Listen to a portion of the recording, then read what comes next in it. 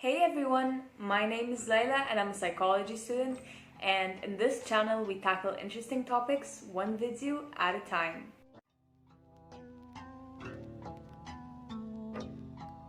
So in today's video we are going to be talking about dissociative disorders.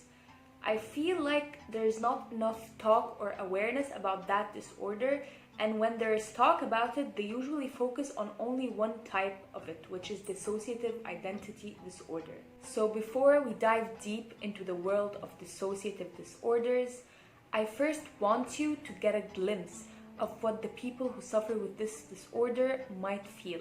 I want you to think back to a time where you found yourself blanking out during a conversation, or perhaps you found yourself daydreaming while driving your car. 1 minute you found yourself starting your engine, and the other minute you suddenly found yourself arriving at your destination. These two are examples of normal everyday dissociation, which is the mental state of disconnecting from the world around you. Normally, the dissociation is temporary, and most people snap out of it when something requires their attention. But unfortunately for the people who suffer from dissociative disorders, it's not that easy for them to snap out of it. Sometimes the feelings become so intense and so frequent that it actually stops them from living out their lives.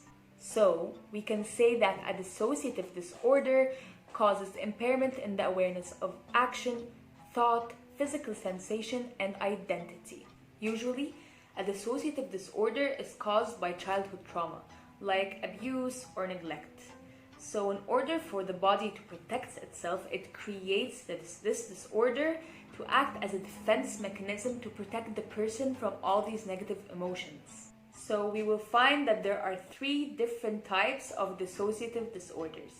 The first one being depersonalization, derealization, the second one being dissociative amnesia, and the third one being dissociative identity disorder, which is the most commonly known one. You can think of these disorders as a spectrum.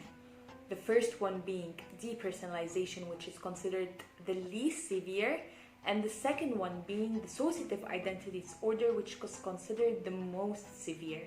So, what are the differences? In depersonalization, the person feels detached from themselves, and in derealization, the person feels that the world and around them is not real. They usually describe it as they feel like they're watching a movie about themselves. They will also tend to have trouble forming relationships, and they will feel numb, and they will have trouble showing emotion. And in severe cases of this type, the person will have trouble recognizing people or places. They will feel as if time is going too fast or too slowly, and they will also be prone to a lot of anxiety. While in dissociative amnesia, the person usually blocks out important information that's related to them, like where they lived as a child or what their parents looked like. And you will find that this disorder is divided into 4 types: localized, generalized, systemized, and continuous. Usually, the people with this disorder fall under the localized type, which is when a person has trouble remembering the certain traumatic event. As for the generalized type, the person has trouble remembering past, both the good and the bad side of it. While in the systemized type, the person usually forgets a certain category related to the traumatic experience, like a certain location or a person. And as for the continuous dissociative amnesia, the person usually forgets every moment after it happens and is only aware of what is happening in the present. And finally, we reach the third type, which is the dissociative identity disorder, previously known as multiple personality disorder. But in order to keep this video short, I feel like I will not do this type of disorder justice if I summarize it really quickly. Therefore, I feel like I will be making a separate video just to talk about this type of dissociative disorder. Before I end this video, I feel like I need to remind you guys not to diagnose yourselves or others.